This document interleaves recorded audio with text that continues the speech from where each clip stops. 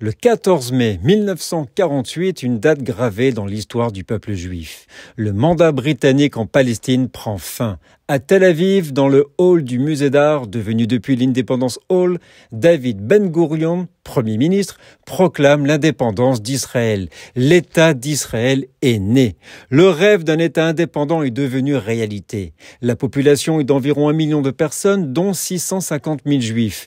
La joie et l'espoir étaient immenses, teintés d'une certaine appréhension face aux défis immenses qui attendaient la jeune nation. Après des siècles d'errance, les juifs du monde entier avaient un refuge. C'est l'aboutissement d'un long processus débuté à la fin du 19e siècle avec le mouvement sioniste, le mouvement national juif, en réponse à des siècles de persécution et d'antisémitisme qui aspiraient à créer un foyer national juif en Palestine, terre ancestrale du peuple juif.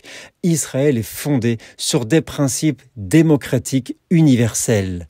Le gouvernement provisoire devait être remplacé par des organes démocratiquement élus dès la tenue d'élections générales. À Rome, le grand rabbin lève l'interdiction pour les Juifs de marcher sous l'arche de Titus, car le monument célébrait la destruction du second temple de Jérusalem et la fin de l'existence de l'État juif.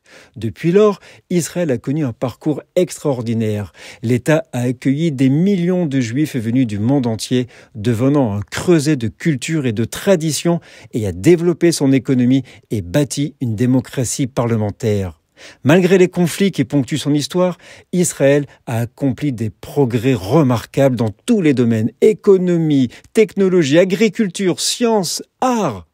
Le pays s'est imposé comme une puissance régionale incontournable, un modèle de démocratie et d'innovation.